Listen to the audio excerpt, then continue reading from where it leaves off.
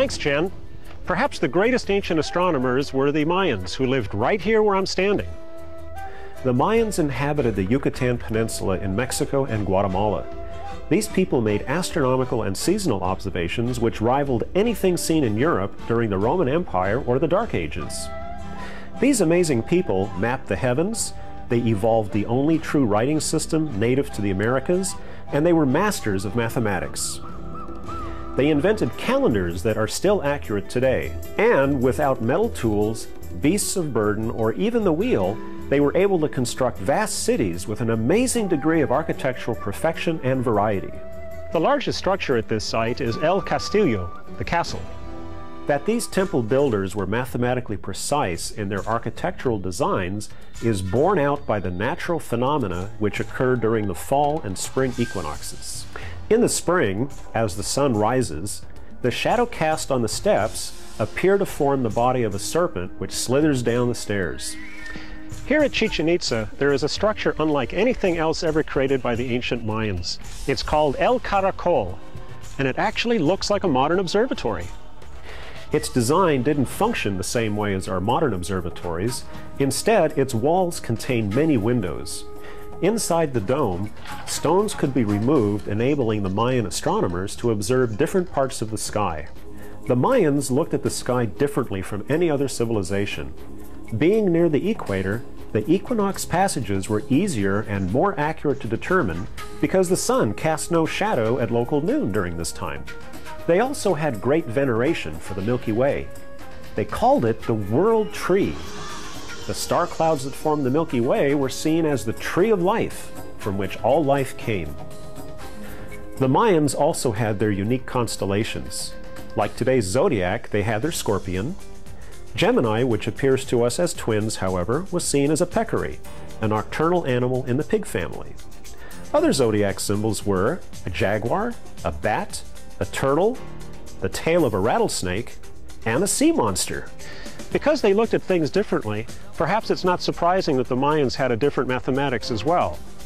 We use a numbering system based on 10 digits, but the Mayans used a system based on the number 20.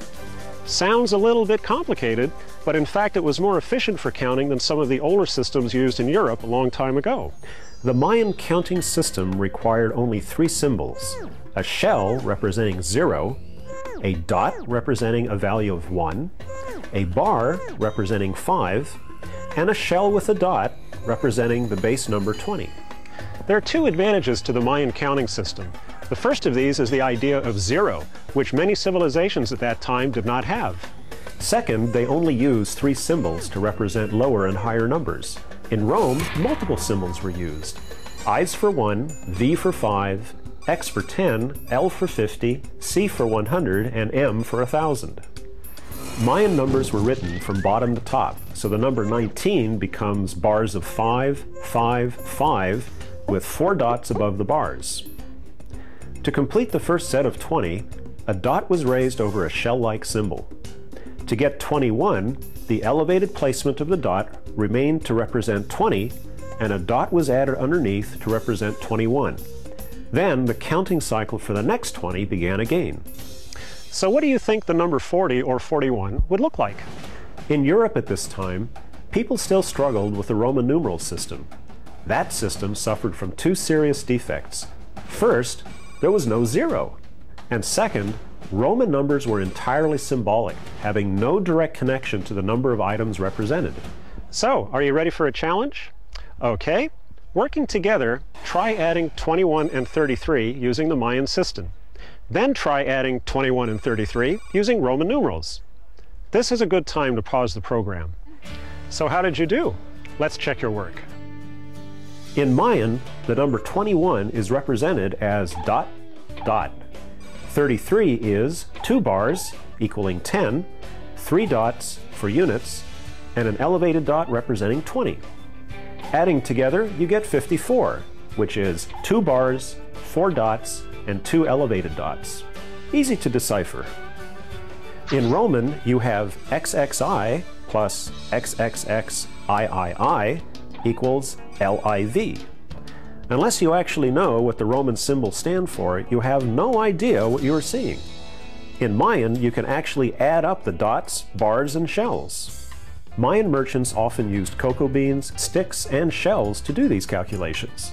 From these three symbols, the Mayans could do everything from the simplest arithmetic needed for trade to keeping track of astronomical events, both past and future. Speaking of astronomy, remember how I said the Earth's axis was tilted at 23.5 degrees? If you round that to 24, how would you write that in Mayan? The Mayan system of counting using dots, bars, and shells can be compared with the ones and zeros used by modern computers, and it was all done 1,500 years ago. With all the advances that the Mayans made, it's interesting to speculate what would have happened if the Mayans had sailed east to discover Europe instead of the Europeans sailing west to discover the Americas. To learn more about Mayan mathematics, go to the following websites. Back to you, Jennifer. Thanks, Sten. Well, guys, that wraps up another episode of NASA Connect. We'd like to thank everyone who helped make this program possible. Got a comment, question, or suggestion? Well, then email them to connect@larc.nasa.gov. I'd like to leave you guys with a thought and a challenge. What is impressive about these sites is the accuracy of their observations and the time and effort they put into building these observatories.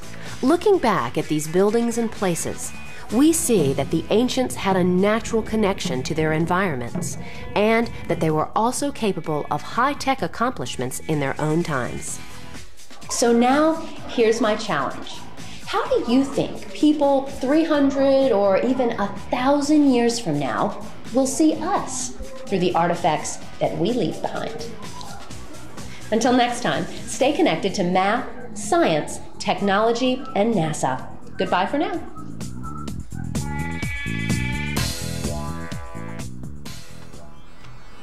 Finally, they pick one stars up and say, this will be the morning stars. It will give us direction that the daylight is coming. It will give us direction that it's in the east. Then the next one is the evening stars. It will tell us it's in the west direction. It's almost nighttime. They liberate it more, like the Dipper and all that. It revolves in different position. It will tell us if it's fall, spring, or summertime, wintertime.